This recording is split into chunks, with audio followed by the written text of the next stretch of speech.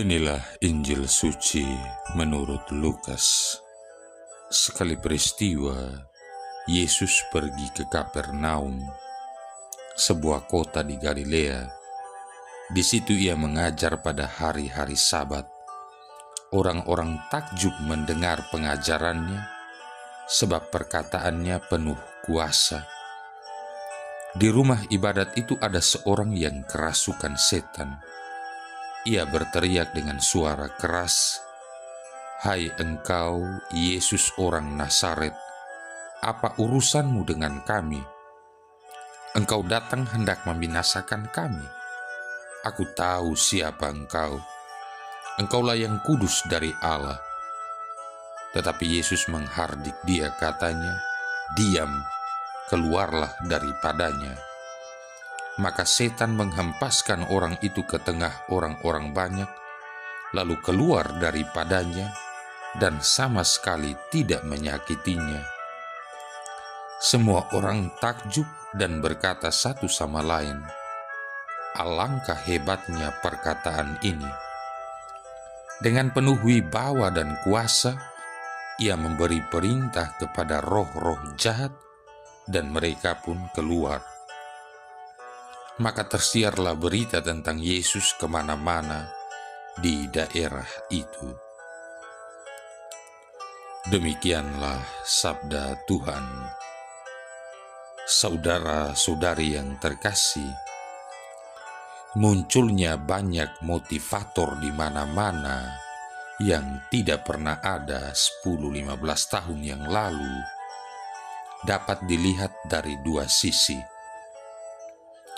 Ada manusia yang memang membutuhkan pompa peningkatan semangat menghadapi tekanan hidup, dan ada segelintir manusia yang melihat peluang untuk mengasah keterampilannya dalam mempengaruhi orang lain secara profesional. Artinya, ia dikenal karena kemampuan verbalnya dan oleh karenanya ia dibayar. Ini serupa dengan hukum pasar. Ada supply dan demand. Tidak salah kalau ada harga yang mesti dibayar untuk suatu usaha cuap-cuap seperti itu. Demikian juga di dalam berbagai cabang olahraga. Ada pemain profesional, sebutan elit untuk pemain bayaran, dan ada pemain amatir.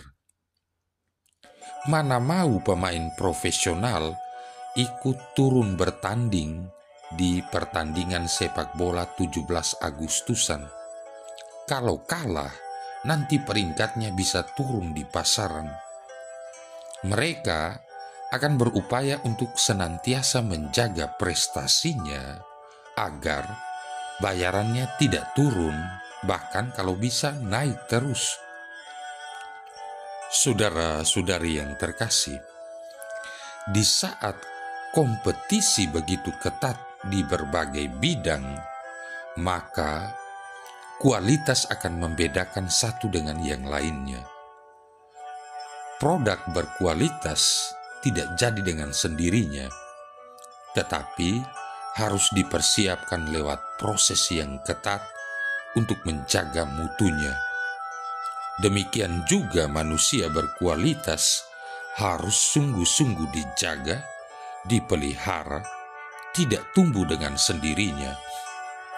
Apa yang dilakukannya sungguh harus dipersiapkan matang. Demikian juga apa yang akan dikatakannya harus sejalan dengan perbuatannya. Saudara-saudari yang terkasih, Injil hari ini menunjukkan bagaimana kualitas Yesus yang memang dipenuhi Roh Allah menunjukkan betapa besar kuasanya. Tidak banyak kata-kata yang diucapkannya, tetapi dengan sedikit perintah saja mampu membuat iblis takluk. Tentunya bukan hanya dari kata-kata, tetapi perbuatannya pun dijaga sungguh-sungguh, sehingga tidak ada lubang sekecil apapun di mana bisa digunakan si jahat untuk menjegalnya. Perbuatannya menunjukkan bagaimana ia dikuasai Roh Allah yang memampukan ia melakukan berbagai perbuatan yang dibenci si jahat. Itulah wibawa dan kuasa yang ditunjukkan Yesus. Saudara-saudari yang terkasih, kalau saja kita konsisten dengan perbuatan dan kata-kata, tidak akan ada celah di mana si jahat bisa mengalahkan kita. Kita izinkan Roh Kudus memimpin kita dalam berpikir, bertindak, bahkan memilih kata-kata yang diucapkan. Maka, kalau hal ini dilakukan dengan konsisten, kita tidak akan menjadi pemimpin yang lebay, penuh dengan kata-kata, tetapi bisa kehilangan wibawa karena memang tidak berkuasa apa-apa. Bukan karena tidak punya posisi atau kedudukan, tapi perbuatan kita tidak menunjukkan kualitas yang sesungguhnya. Mari belajar dari Yesus, Sang Tuhan dan Guru kehidupan kita. Marilah berdoa. Ya Allah Bapa Maha Kuasa dan Kekal, sungguh penuh wibawa sabda Putramu yang telah Kau sampaikan kepada kami. Kami mohon, perkenankanlah kami mewartakan sabda Putramu itu kepada sesama kami dan siapapun di sekitar kami. Dengan pengantaran Yesus Kristus Putramu Tuhan kami, yang bersama dengan Dikau dan Roh Kudus hidup dan berkuasa, satu Allah sepanjang segala masa. Tuhan memberkati kita sekalian, Bapa, Putra, dan Roh Kudus.